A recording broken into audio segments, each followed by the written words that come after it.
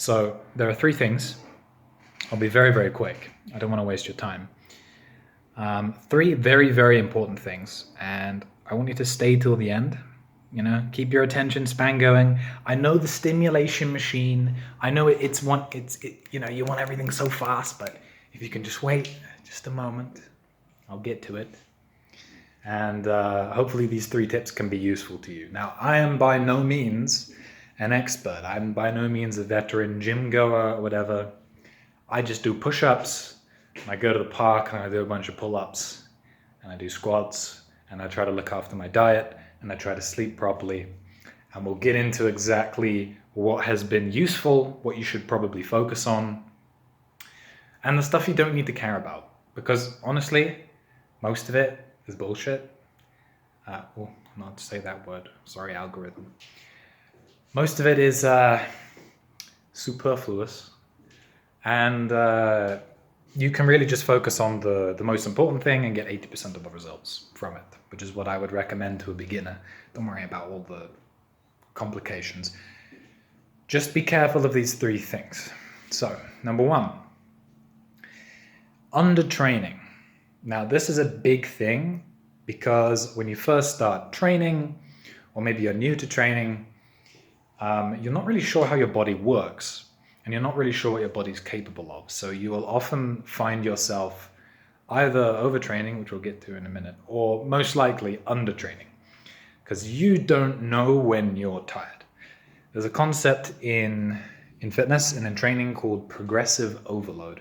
Now, this is where you want to push your muscle to a point of near failure to stimulate muscle growth. And then next time you want to do the same thing, but do it like a little bit more. And finding where your limits are can be quite challenging. So my first tip is be sure that you're not undertraining. Be sure, firstly, that you're actually reaching the point of muscle fatigue. Not necessarily failure. You don't have to just do as many until you're dying inside and you want to go home. But do enough to stimulate it first, right? So first, beware of undertraining. Undertraining? Is that a word? It is now. Don't undertrain. Secondly, don't overtrain. It's starting to make sense now, right? Don't overtrain. If you overtrain, if you train too much, it's quite easy to do in the beginning. You will just hurt yourself, number one. Number two, you'll ache too much the next day. You won't want to go back to the gym or to do whatever.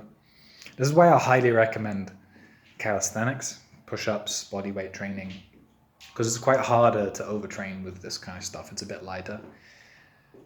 And the barrier to entry is a lot lower. So don't overtrain. Don't kill yourself. There's no need. Newbie gains, as they say, right? Any kind of stimulation will see results in the beginning. So you don't need to worry too much about,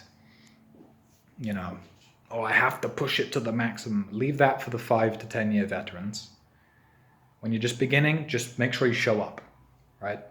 So don't overtrain. Don't undertrain. Do some, push yourself, but don't overtrain either. Don't go too hard, right? Pick a number. I'm going to do 30 push-ups today, 10, 10, 10 with 2-minute rests, and leave it at that. Leave feeling stimulated, but not completely exhausted. And number 3, diet. Diet, and I guess I can put sleep in here as well. Now, people neglect this a lot, but you literally cannot build muscle without protein, and in some cases, sufficient calories too. You need the energy. So if you're working super hard, if you're working out like 6 days a week and you're not getting a protein intake, good luck, my friend. You're going to last about 4 days and then you're going to be bedridden. So what I would recommend instead is making sure you're getting enough protein. If you're not sure, just get a protein shake. Buy some protein online from Amazon. It's like 40 pounds, like $50 for like 2 months supply or something like that. It's not too much. And just have 2 scoops a day. That should be enough, especially when you're beginning. Unless you're like a super huge guy, in which case hey, if you're huge, you're probably already eating fine. So I wouldn't worry about it. But if you're a skinny guy like me, you need to make sure you're getting enough protein. So the third step is keep your protein up. And if you're not sure what protein foods are, it's mostly just meat, eggs, dairy, fish, things like this. If you're vegan, good luck. And yeah, keep your protein up. I have protein shakes. What I do, I just have 2 scoops of protein, and then I make sure that I have 2 big meals with high carbs and high protein. That's enough for me. I'm never sore, and I train pretty hard, pushing my PRs almost every week.